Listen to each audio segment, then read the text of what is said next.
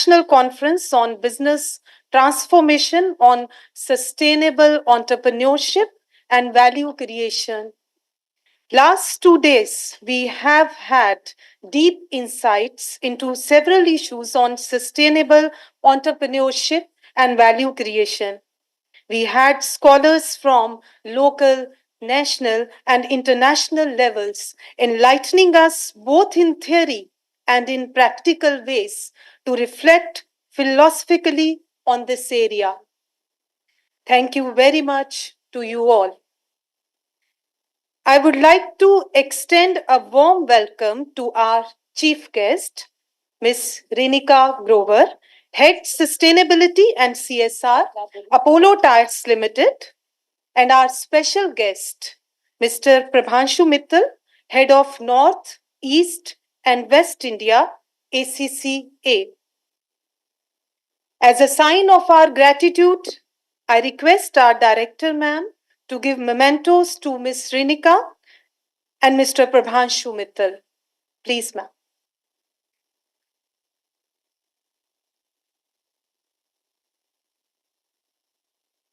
Thank you, again.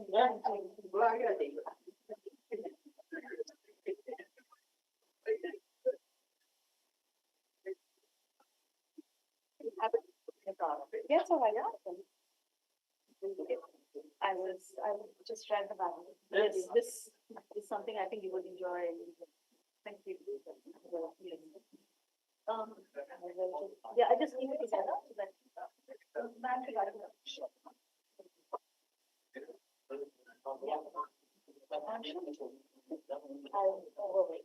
that's okay. So no, you can come. Make space for you. Go ahead.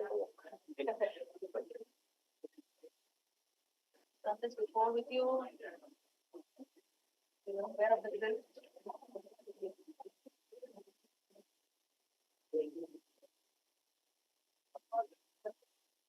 Thank you. And of course, this is something which you will like. So, hoping that you will use it.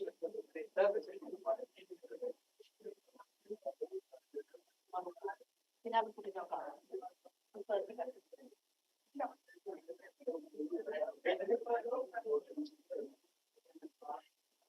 Thank you, ma'am.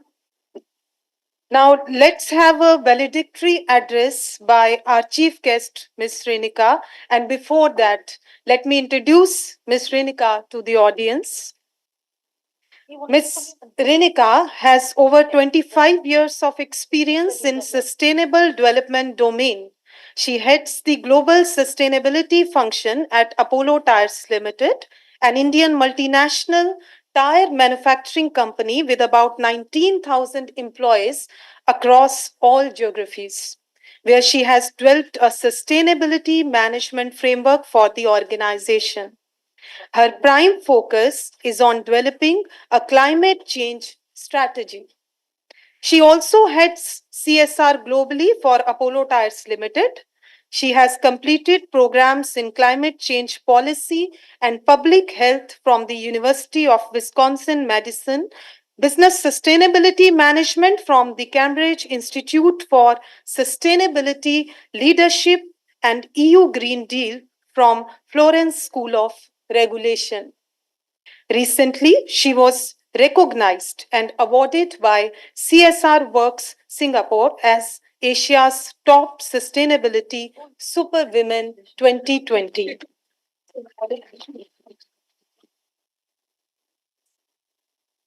She writes articles on sustainability in India, CSR networks, and ETH insights. I now request our chief guest, Ms. Renika, to deliver the most awaited speech. Please, ma'am.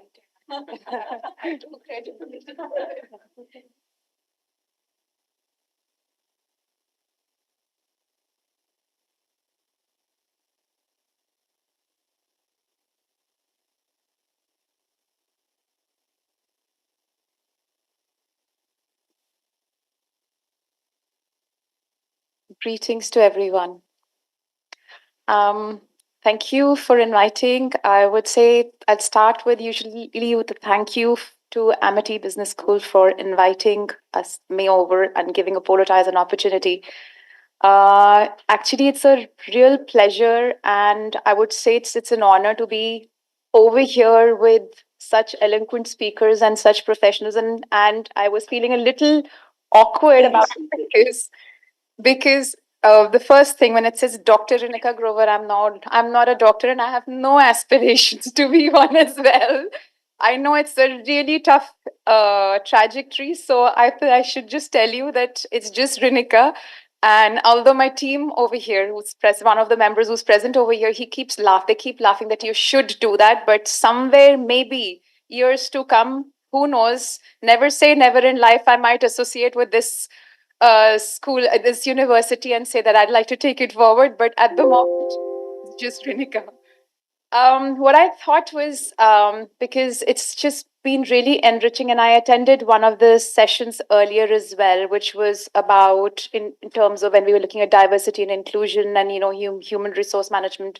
It was very very interesting, and I thought I would make it a little more extempore, although I have a presentation. But whenever I do address people, attendees, I always tell them that you can look at the presentation, but look here as well because it's just more engaging and I kind of get the pulse in the room, what exactly people are thinking.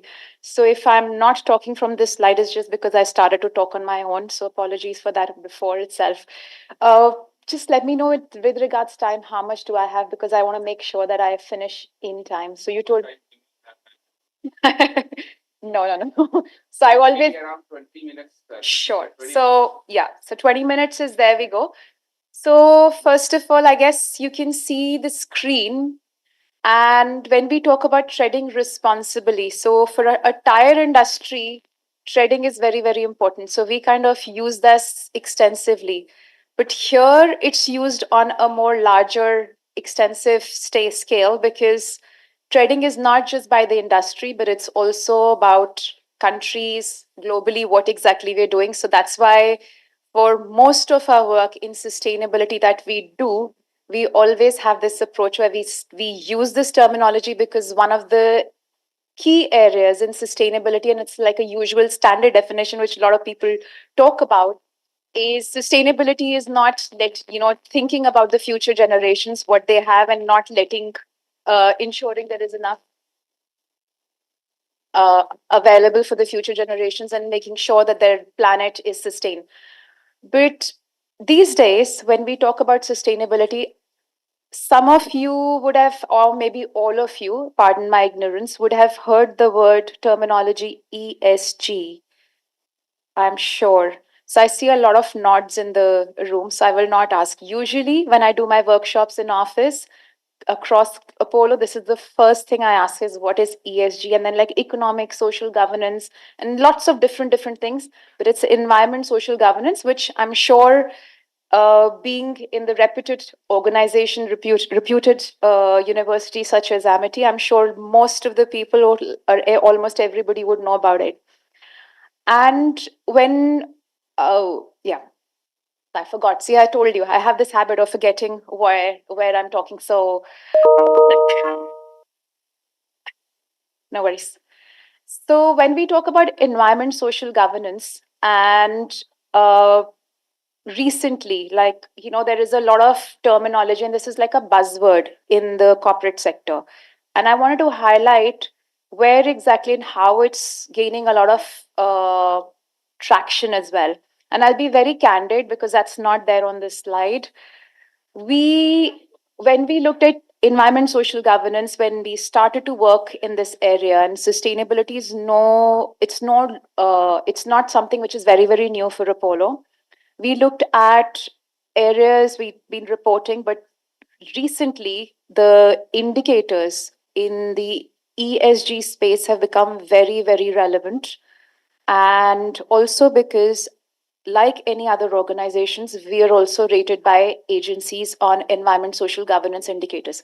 Sustainability is an overarching umbrella where we were talking about stuff in terms of what we're doing for our stakeholders, because that's what's happened recently in the last few years, and you'd know about it, that the reference point has changed, that it's no longer value for your shareholders, but your value for your stakeholders.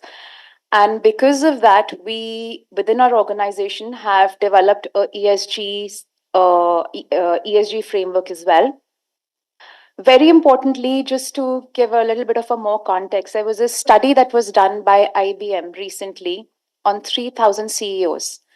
And that kind of said that basically over 80% of them said that ESG has become a boardroom agenda. And it's the same for us as well. And why it is because we were just having these conversations around not just environment, but around governance as well. It's very, very, very critical. And there is a lot of relevance and there is a lot of specification around the governance side of it, which I would briefly cover in the slides as well. More importantly, when we're looking at the IBM study, there was, which was a revolution, was over 80% of the customers said that they would actually go for products which are socially, where the organizations are socially responsible. So it's no longer, it's not something that Apollo wants to do or the industry wants to do. It's the stakeholders who are expecting this as well. So I can very well say it's not just our shareholders, it's investors, customers, communities, and even our supply chain partners or our OEMs. If we do not have certain aspirations, we are not even requested to give a request for quotation. So that's how deep rooted this has become. And globally, now when we talk about ESG, where it's the space of ESG, I thought I'll just touch a little upon environment. And given the time, I will just make sure that I just run through this. So can you kind of guess what this picture resonates? It's just any show of hands or anyone, or should I just give the answer as well? I think I can hear some answers. People are trying. Don't feel shy. Give the answer. Join it. Never mind. So it's the temperatures, the global temperatures on the basis of what you see in the blue is how in the last 100 years, how the Earth's temperature, and I said that I will start with the E, but there I'll cover the ESG full reading. So it's the global temperatures, how it's the last 100 years, it's increasing. What you see in the blue is the cooler temperatures below average. And what you see now, and you can't see so much on the screen, but if you, over here, I can see the colors very distinctively. It's becoming red, red, red, red, red, red, even more. So it's kind of a very daunting situation because obviously the temperatures are on a rise, and we know that there is this whole climate change crisis that we're experiencing. And I have a video next to just talk about it, but I think in the interest of time, I will fast forward that video towards. I'll go to the end as well. So do you want me to इसी से play कर दूं? हाँ?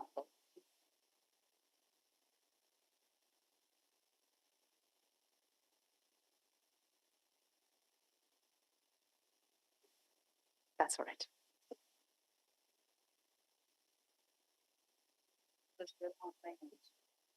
Okay. So how many people do we?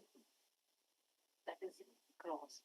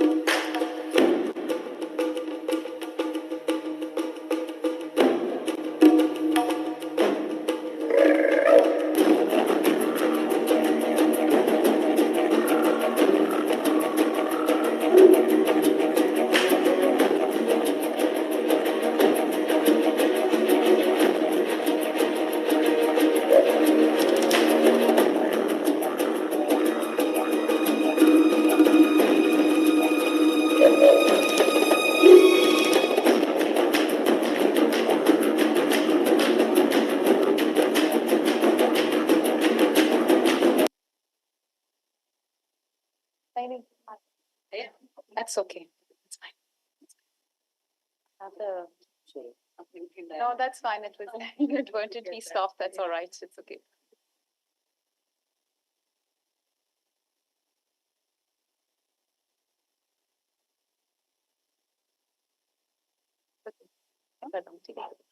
The last slide over there, actually, it spoke about the environment. It says, she's our mother, she can be safe, she's worth defending and worth dying for.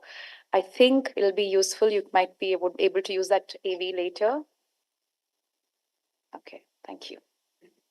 You can see that AV later because in the interest of time, I thought I'll just concentrate a lot more on this subject rather than, and I'd be very happy if you would actually use that AV because we use it. It's a very powerful tool. We use that quite often. But when we're talking about environment and going forward, and most of you would be aware there was COP that happens, and there was COP28 recently. When we look at this video, and just another, like just something I wanted to share, then the last 10 warmest years have been since 2010. So when you saw that picture where the temperatures are going up, it kind of resonates what's happening since 2010. And straight away, if you kind of correlate with it, when in COP28 recently, they said, oh, we will, move away from uh, fossil fuel. So there's phasing out of fossil fuel. That's a huge, big achievement that's come out. And there is this whole thing about, the UN, and there's reports that come out. So most of the, like, there are countries, about 39 or 40 countries, who still feel that this is not enough. And actually, this is not enough because if you look at the global temperatures, the way we are using oil and gas, and their consumption is going to go up, we've already surpassed 1.1 degree. And if we continue to do that, we will be reaching 2.9 degrees. So is it too little, too small, too slow, or what exactly is it? That's the question that kind of looms upon us because obviously phasing out is something that most countries have said, but there are no commitments at the moment. Because if you see the indices which the countries have made, that still does whatever it adds up to, it still adds up to 2.9 degrees. So obviously there is a huge piece of work required. Whilst I was there this time, there's one more thing which I've obviously not mentioned over here, and I'm writing about it. There was this is loss and damage fund, which most of the people talk about over there. There's a huge amount of corpus that's required because our conversations have moved from mitigation to adaptation. So it's an alarming fact already that we have moved that to adaptation. And what does it mean for the industry? Because when you look at the industry, where there is always this thing, limelight, the light on the industry, that the industry is causing pollution as well. So where do we take it forward? But I would say it's not just kind of everything. What I've written over here is not doom and gloom because if COP hadn't happened, the countries wouldn't have come on all on a common platform to make those NDCs as well. So let's just look at the positive side of it. Yes, the renewable energy, if you look at from the last 10 years, it's increased exponentially. I put that 230 gigawatts to 1050 gigawatts, but it needs to. Now, if you look at it's from 3,500 and it's a little older. So 3,500 is what we have worldwide. In the next 7 years, we need to go to 11,000. For India, we have to go to 500 approximately. So how does that all happen? It can't just be like it can't be business as usual. There has to be some kind of fundamental change that needs to happen. And that's where, when you look at industry overall, there is a huge piece which goes on. Industrial decarbonization would have some kind of emphasis because industrial decarbonize in industry as such is responsible for about 40% of the energy consumed across. So when you're looking at industry, that's a huge, huge, huge ask from the industry. But I would say that one of the challenges, and I have not put that over here as well, I've just put Apollo's commitment. So I kind of talk about the challenges and then you can see the commitments as well, because this is one of the challenges. And that's where we look at universities, we're looking at tying up with universities, is innovation. Because there is a huge investment that needs to go. And as I said, so this renewable energy and, like there's lots of work that's happening in the environment space. But still, business as usual is not going to work. We need kind of some very, very exponential change. And currently where we are is also because we do not have enough solutions to implement within the industry. Yes, we have solutions in terms of we have moved within our operations, and we've taken aspirations to move away from from fossil fuel. We've taken commitments to actually increase our renewable energy as well, which you can see, and for our water as well, we've made commitments. But very importantly, we need to do look at is, of course, energy efficiency within the organization. But very importantly, we need to look at alternate substitutes. So for us, we have moved away. We've moved from fossil fuel. So two of our plants are completely on biofuel. But what is the challenge? The challenge is availability of biofuel. It's not there. And now the other challenge, which it's going to be really surprising for people, and I can kind of share it over here, is coal prices have gone down. So it's at par with biofuel. So earlier, what you would see is where you could have a commercial or a business model to say that whilst we have this aspiration, we have made a commitment, we'll continue. But businesses need to be sustainable as well. So when people say, like, and I'm an advocate of environment, I'm an advocate of ESG, but I also know that businesses need to operate for livelihood generation, which is another very, very important thing. So, how do you balance those things? And these are the challenges industry experiences, and it's not easy. There are technologies out there which talk about carbon capture, but they're ex- exorbitantly expensive.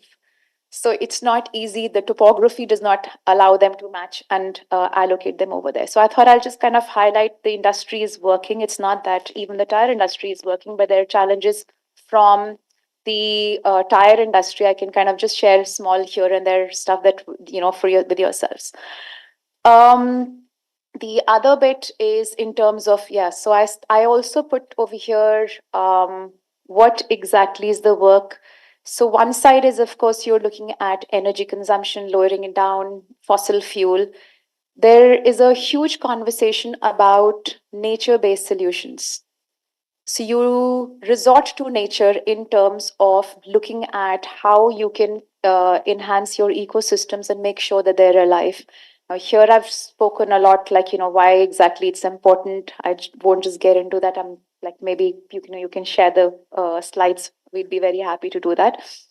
So as an industry, we have invested in nature-based solutions. So nature-based solutions also there are challenges because obviously land availability is not, it's a challenge. You just don't get it straight away.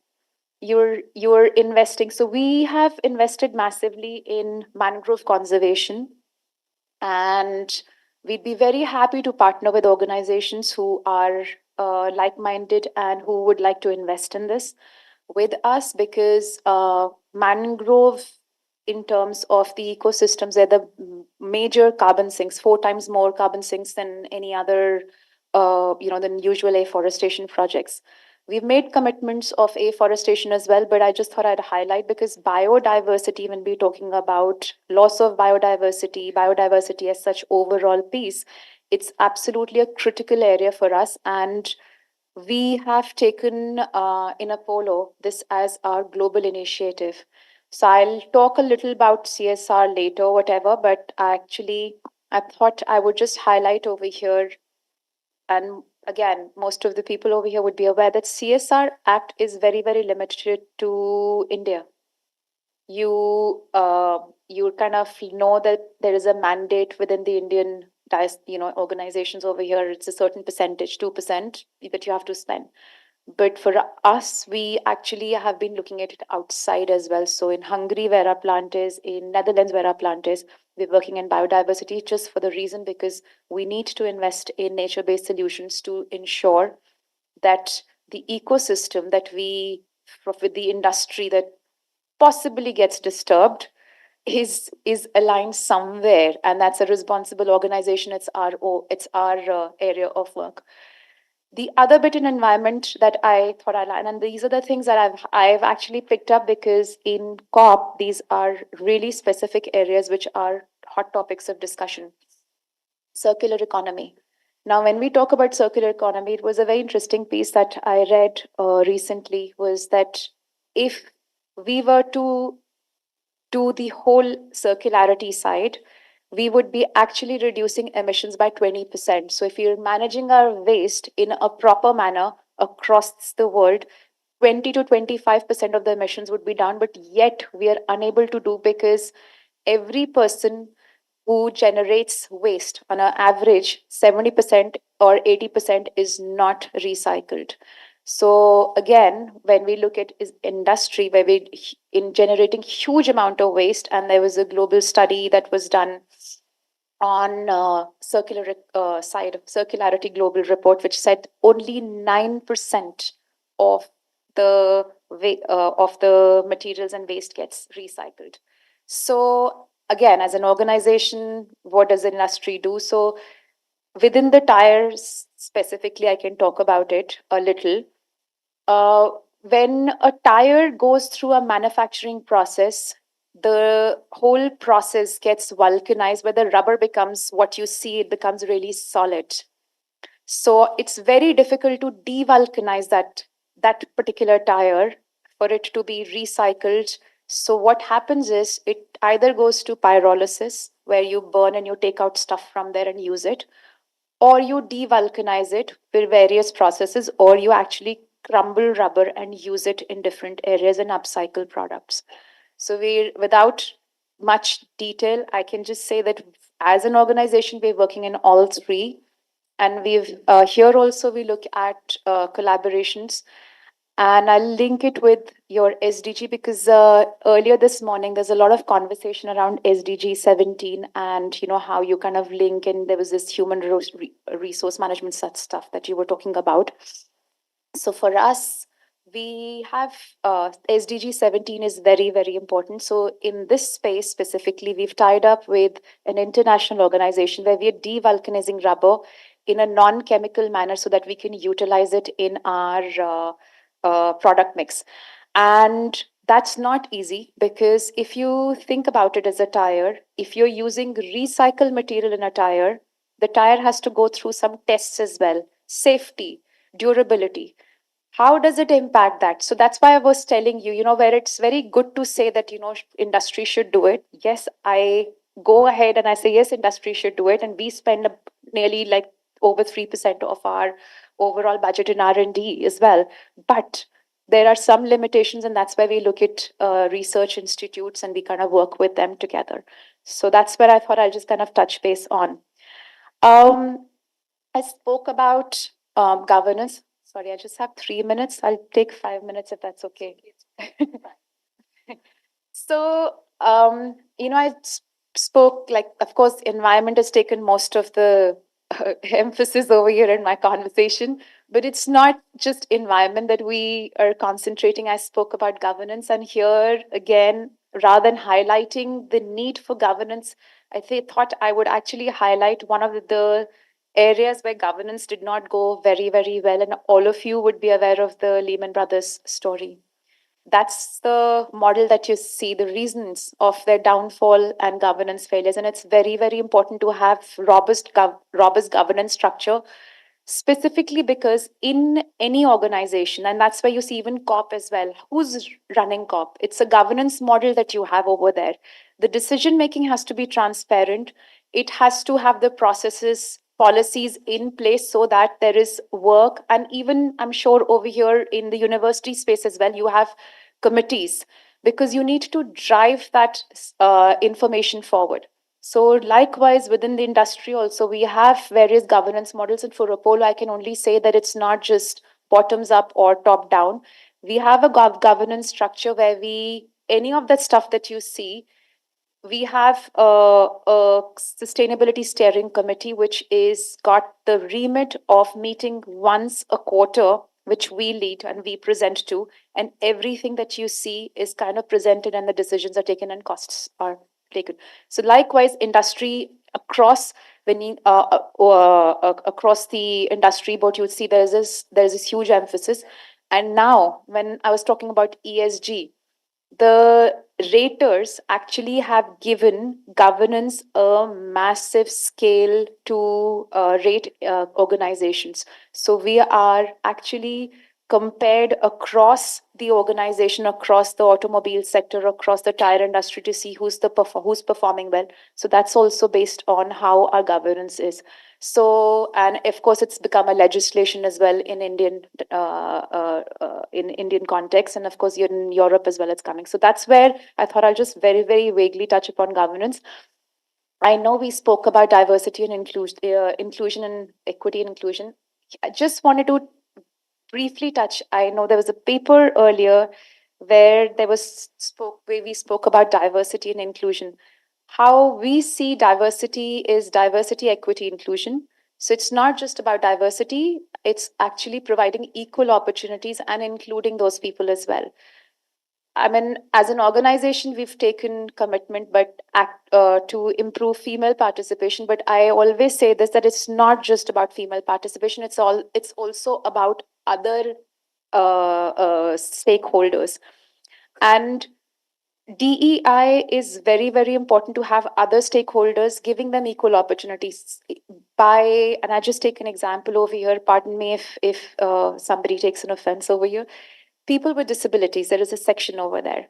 When you say that we employ people with disabilities, or we call them specially abled people, um, it's not just about that. You're giving them equal opportunities by providing ramps and areas for that they can be included in and spaces within the organization. That's very, very important.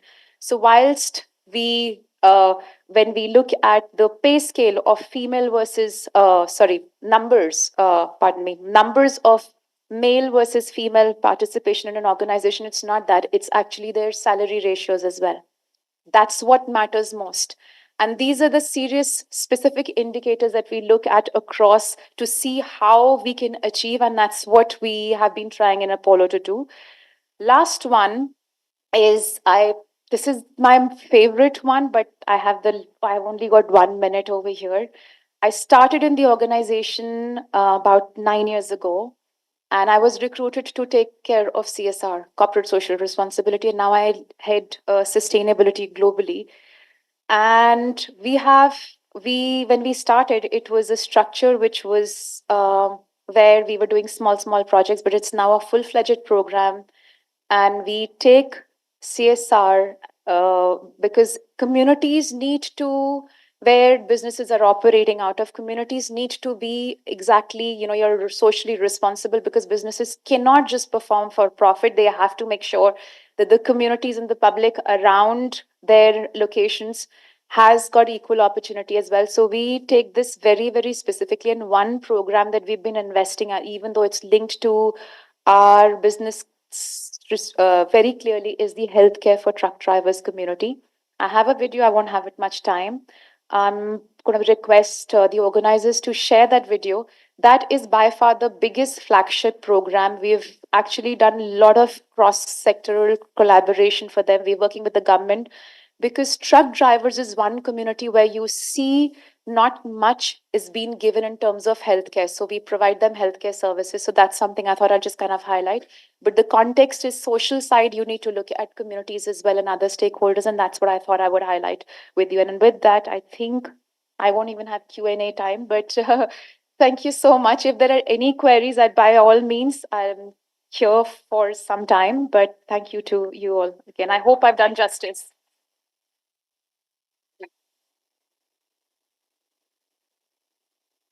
If it's possible.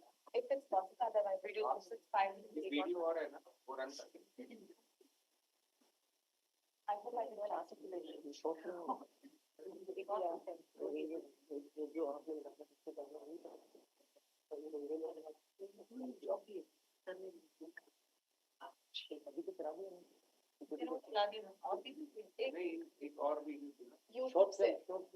YouTube से हाँ वो short film है नहीं short film नहीं है YouTube से link नहीं आपके पास नहीं चलो कोई बात नहीं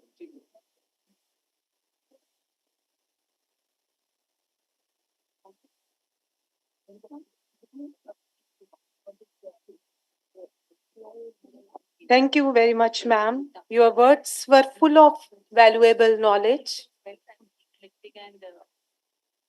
Yeah, ma'am. Please continue. So now I would like to invite Dr. Bhavna Agarwal, Professor ACCF, to present the conference report.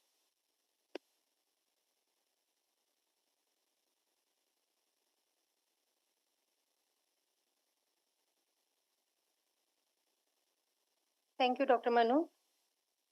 Mr. Prabhanshu Mittal, Ms. Rinika Grover, Dr. Sujata Khandai, Dr. Punita Goyal, Dr. Pallavi Tyagi, Dr. Rishi Tapadia, my dear faculty colleagues and students. These 2 days are really giving us a lot of insights in terms of various sessions and various research paper tracks. So it is really my pleasure to present the report of 2 days conference which we have organized um, on the topic of business um, transformation for sustainable entrepreneurship and value creation. Um, I'm here to highlight few tangible and intangible outcomes of the conference. This report is prepared by a reputed team, and this includes Dr. Kanika Dhingra, Dr. Harsh Kumar, Dr. Atul Kumar, Dr. Manpreet Kaur, Dr. Swaricha Johri, and Dr. Neha Bankoti. And this is compiled by Mr. Karan Khurmi. The report they have prepared is really exhaustive and comprehensive, and it takes about 1 hour to read the report whatever they have prepared. So I'm just doing only few highlighted points I'm addressing right now. So we started the conference with the inaugural session, and the chief guest, Dr. Ashish Chaturvedi, he highlighted the alarming state of mining and forest area overlap harming our biodiversity. He expressed his satisfaction with the partnership of UNDP and ACCF for this international conference and wished to carry it forward by having more workshops and seminars. So since I have just spoken that, I'm talking in terms of tangible and intangible, both kind of outcomes. So this is there. Then after next, Mr. Kush Ahuja, he stressed the need for a generator role of students in research on environmental issues and interest of stakeholders. He highlighted that finance people as experts can play a role in strategic management, risk management, as they have diverse roles to play in insurance strategies, taxation, as this can make sustainable and prosperous future. Dr. D.K. Bandopadhyay, he spoke about global warming and the measures to reduce the greenhouse effect, and he highlighted that this conference is all about how the enterprises should be and how entrepreneurs should take care of preserving all sustainable goals of UNDP. Dr.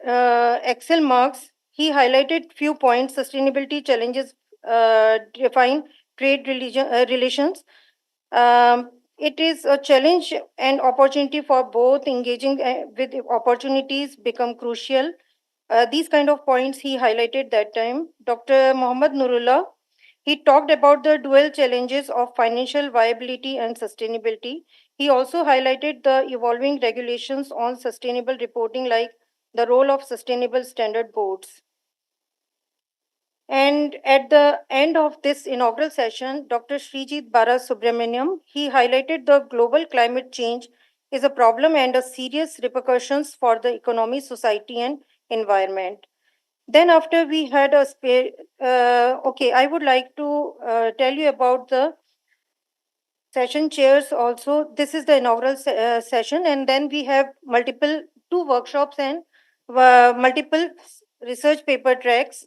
So next session was sustainable reporting biodiversity by UNDP India, and this report is prepared by Dr. Harsh Kumar, and Mr. Sunil Padale highlighted the role of business in biodiversity conservation, threats to economic growth, Dr. Nandita Mishra spoke about sustainability reporting serves an important cornerstone in EU companies are facing lack of funding, hence are not able to do the sustainable reporting.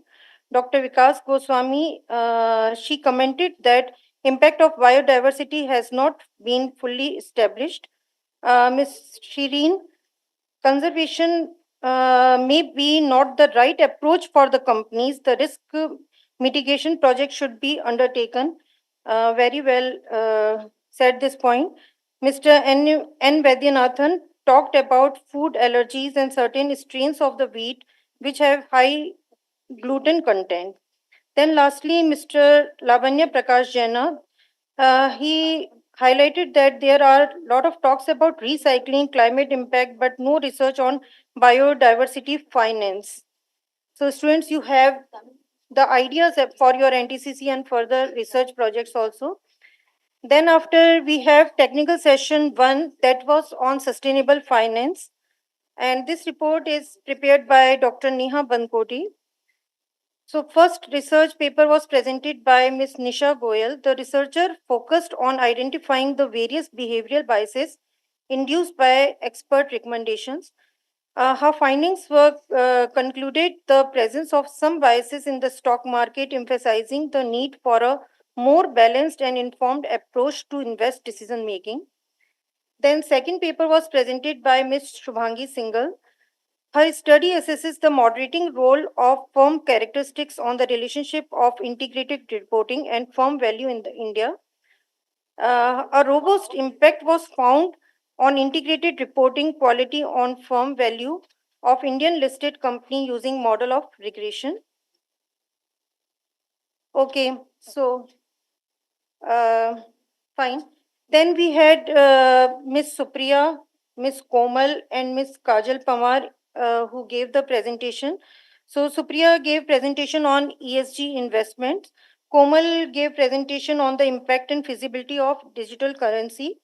And Kajal Pamar gave presentation on predicting the symmetric and asymmetric volatility of metal market. Then we had second session that was on sustainable operations. So Mr. Vipin Apasan, he spoke about the quality of financial reporting. Then we had Mr. Praveen Yadav on green supply chain management, Ms. Sangeeta on analysis of packet loss discrimination. Then we had the third session on sustainable marketing. And in that also we had various papers presented by the presenters with the exploring factors affecting young consumer purchase intention, implications of achieving and measuring sustainable competitive advantages, sustainable development, and then green marketing, etc. Then we had a workshop in the today morning on sustainable entrepreneurship done, conducted by Dr. Ivan Zupik. And then after we had sustainable entrepreneurship uh, research paper track, there we had Kanu Pahava and other research scholars. They presented their paper on family involvement business, mapping research gap in reported skills required for women entrepreneurs, mapping research gaps in, okay, that is done. And then community health indicators and biodiversity metrics. And lastly, we had sustainable human resource management. And the topics covered in that is understanding the correlation between remote work practices and UN sustainability goals, determining the salary of assistant professors with the help of student average packages, then impact of workforce diversity, and then after fostering entrepreneurial orientation as a source of sustainable competitive advantage. And lastly, we had employee emotional capital driving the contribution of business. And these were the sessions on the basis of in the form of workshop and research paper presentations. Apart from this, we got the accreditation certificate from ACCA. And apart from that, we could publish the book of abstracts with the ISBN number like conference proceedings. That's all from my side. Thank you so very much.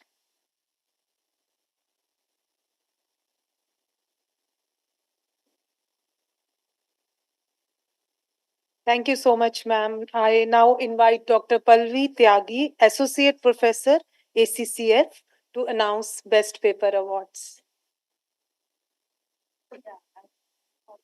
Thank you, Dr. Manu. Renika, thank you so much for setting the tone of the session. And Bhavna ma'am, thank you for gracefully defining the journey of last 2 days. Now, I would like to state the outcomes of our last 2 days journey. So our first track was about technical session 1, we called it, and the theme is sustainable finance.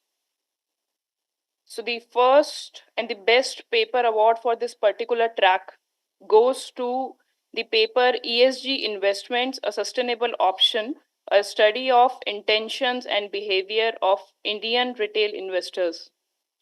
Presenter was Ms. Supriya from All India Jat Heroes Memorial College, Rohtak, India. Congratulations, Supriya. I hope you have joined us online and hearing about your award. For the next track, technical session 2, theme was sustainable operations. And the best paper for this track has been awarded to the paper analysis of packet loss discrimination in wireless networking. The presenter was Ms. Sangeeta. So Ms. Sangeeta belongs to Baba Mastnath University, Rohtak, India. So the 2 awards went to Haryana. So, so technical session 3, we named it as sustainable marketing. And it goes to the paper Navigating the Intersection of Sustainable Entrepreneurship and Sustainable Consumption, an in-depth bibliometric analysis. It was presented by Banashri Kar. Banashri belongs to Amity College of Commerce and Finance, Noida. I request Banashri to present here, and I request Prabhanshu sir to please present the certificate to Banashri. Can we do it there? Yeah, we can all. Yes. I think here. It would be better downstairs.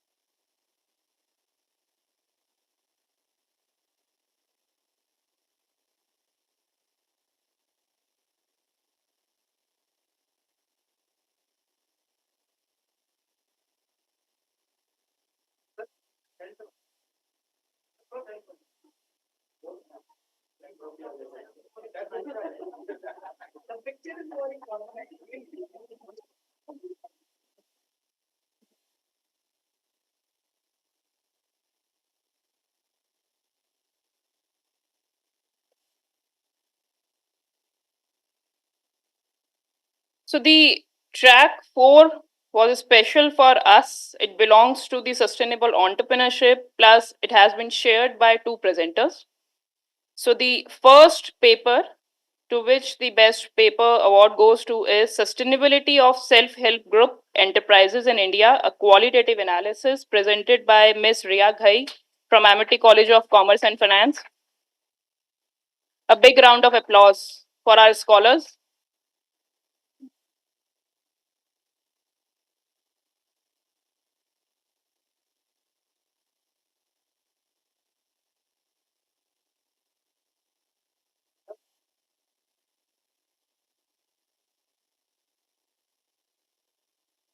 Congratulations, Riya. The another author from the same track is Mr. Savarna Biswas. Mr. Biswas is affiliated to the Neotia University, Kolkata, India. The paper titled as Community Health Indicators and Biodiversity Metrics, Developing Integrated Metrics to Evaluate the Success of Community-Based Conservation in improving public health. A big round of applause for Mr. Soerna Biswas. I hope, Mr. Soerna, you are hearing us online. Yeah, ma'am. Thank you very much for the award. The last track of the conference was Technical Session 5, Sustainable Human Resource Management. The paper was titled, who has been awarded as the best paper track-wise is Impact of Workforce Diversity and Inclusion on Employee Performance. The paper was presented by Varshni S. from PES University, Bangalore, India. Congratulations, Varshni.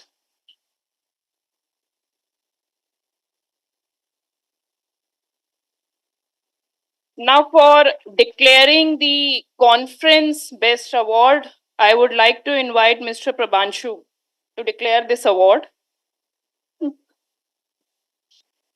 This is the best paper award for the all 5 tracks. So the conference best paper. I think this is the one. Yeah, he's the presenter. Thank you. Very warm evening to everyone. I would like to congratulate Mr. Swarna Biswas for the conference best paper, and the paper title is Community Health Indicators and Biodiversity Matrices, Developing Integrated Matrices to Evaluate the Success of Community-Based Conservation in Improving Public Health.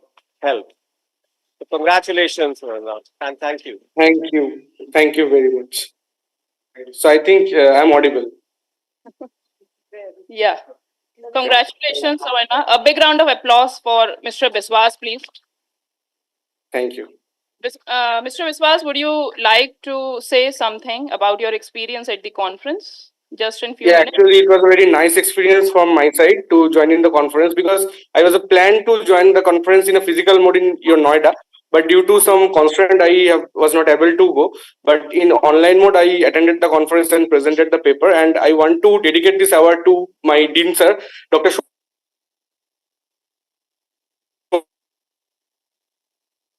Soman Mukherjee, who was the corresponding author of this paper and presenting in the conference. Thank you, Mr. Biswas. Thank you. ACCF is organizing conference annually, and we look forward to attend it in the physical most. Sure. Next year, surely. We look forward. Yeah. Thank you. Thank And you. congratulations. So all the prize money has been sponsored by ACCA UK. ACCA stands for Association of Certified Chartered Accountants UK. The amount for best paper track-wise stands for 2,500 per paper. And conference best paper is 10,000 rupees. The prize money will be soon credited in the accounts of winners, and we have already taken the bank account details from the participants. Thank you. And thank you for being the part of this conference as a different stakeholders. Thank you so much. Thank you very much.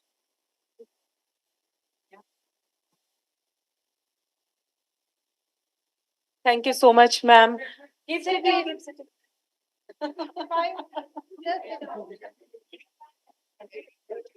Take your seats, please. Please settle down.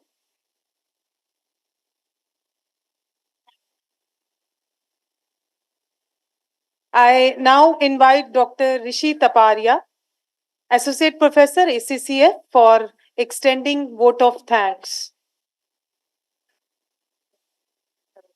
Thank you, ma'am.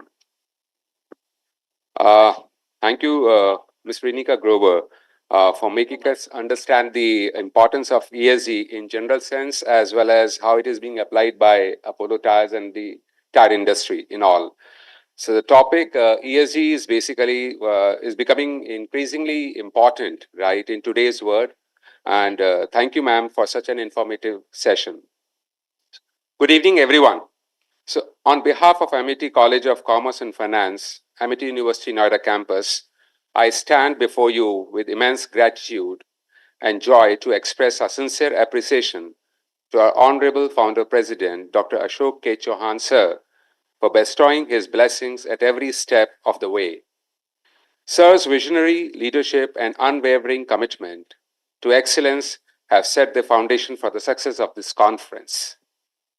I would like to extend our sincere thanks to our esteemed Chancellor, Dr. Atul Chauhan, whose dedication to academic excellence, innovation, and community engagement has been an inspirational guiding force for all of us. Furthermore, I take this opportunity to express our gratitude to Vice Chancellor Ma'am Dr. Balvinder Shukla. Her continuous guidance and support have played a pivotal role in making this conference a resounding success. We consider ourselves fortunate to always have the blessings of such a true leader. I wished to extend our deepest appreciation to Dr. Sujata Khande, Director ACCF and Chairperson ICACCF 2023, for her invaluable contributions to the success of this event. Ma'am, your dedication is a beacon that guides us towards greater heights. Our heartfelt thanks go out to our esteemed dignitaries and industry leaders from UNDP India, ACCA Global, Apollo Tyres, Azure Power, Climate Policy and Initiative, Genex Logistics, Papernest, LifeWorks, Talis International, who graciously shared their knowledge, insights, and experiences, enriching the conference with a wealth information. Your presence and participation have elevated the discourse, fostering the collaborative environment for the exchange of ideas. Our sincere thanks to our conference partners, UNDP India, Indian Oil, Middlesex University, Dubai, Goldsmiths University of London for the collaboration in organizing this conference. Your commitment to CSR and sustainable practices aligns seamlessly with the themes. We are thankful for your active engagement and insightful contributions. Our sincere appreciation to ACCA Global, ACCA UK, Indian Oil, Ballpen Publishing, Papernest, Mindverse UK for their generous sponsorship. Your sponsorship has made a difference, and we are truly grateful for your support. Special acknowledgement to UNDP India for conducting a session on sustainability reporting and biodiversity finance. The session was very informative and meaningful. We also feel delighted in acknowledging the efforts of Dr. Ivan Zupek for conducting a session on sustainable entrepreneurship. Both the sessions were the highlight of the conference. Thank you and looking forward to meet you next year. To our esteemed academicians, research scholars, your dedication to advancing knowledge and pushing the boundaries of research is commendable. Your presentations and discussions have been integral to the success of this conference, providing a platform for the dissemination of cutting-edge research. We, the organizing committee, extend our sincere appreciation to all our colleagues who work tirelessly behind the scenes, contributing their time and expertise to ensure the seamless organization of this event. Your commitment to excellence has been pivotal in creating a positive and conducive atmosphere for meaningful interactions. A special acknowledgement goes to the University IT team, IT department, University Administration and Accounts Department for their steadfast support and commitment to fostering an environment that encourages academic exchange. Your diligence has contributed significantly to the success of this conference. We would also like to express our gratitude to both Ramesh Bhaiyas and the dedicated support staff. Your hard work and dedication from logistical arrangements to every small thing you have not gone unnoticed. Your efforts have been fundamental in ensuring the smooth execution of this event. As we bring the curtains down on the 6th International Conference, we want to take a moment to express our deepest gratitude to the true heart and soul of this gathering, none other than our own students. Your active participation, insightful contributions, and boundless enthusiasm have been the driving force behind the success of this conference. In conclusion, the international conference has been a collaborative effort, and each one of us has played a vital role in its success. We are grateful for your support, enthusiasm, and commitment. Let us carry forward the spirit Let us carry forward the spirit of collaboration and continue to strive for excellence in our academic and professional endeavors. Thank you all once again. Thank you. Okay, good evening, everybody. Last but not the least, I think the conference team needs to be applauded and given a big round of applause because they really worked very hard. I have driven them to tears literally with asking them in detail about what is being done. And they have worked tirelessly. I would say they started this operation, they started this planning of this conference well in advance, sometime in July, if I'm not mistaken, or January. Okay, board. Well, it was, I know, not even July, I think it was much before that. And it has been very meticulously planned. And yes, there will be, some overruns, some time overruns and stuff like that. But that's okay. When you are managing such a big event, that's bound to happen. But yes, everything has been meticulously planned. And I think I should congratulate each one of them, the conference team, Dr. Punita, Dr. Vishi, Dr. Bhavna, Dr. Pallavi, they have worked tirelessly. And of course, they have been assisted by an able group of faculty members who have also worked tirelessly with them along with the staff members. Thank you once again.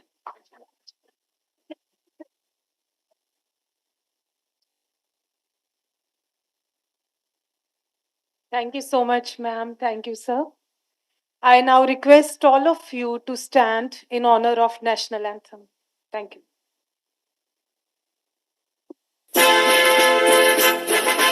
Jana Gana मन अधिनायक जय हे भारत भाग्य विधाता पंजाब सिंध गुजरात मराठा द्राविड़ उत्कल बंगा विंध्य हिमाचल यमुना गंगा उच्छल जलधि तरंगा तव शुभ नामे जागे तव शुभ आशीष मांगे गाहे तव जय गाथा जन गण मंगल दायक जय हे भारत भाग्य विधाता जय हे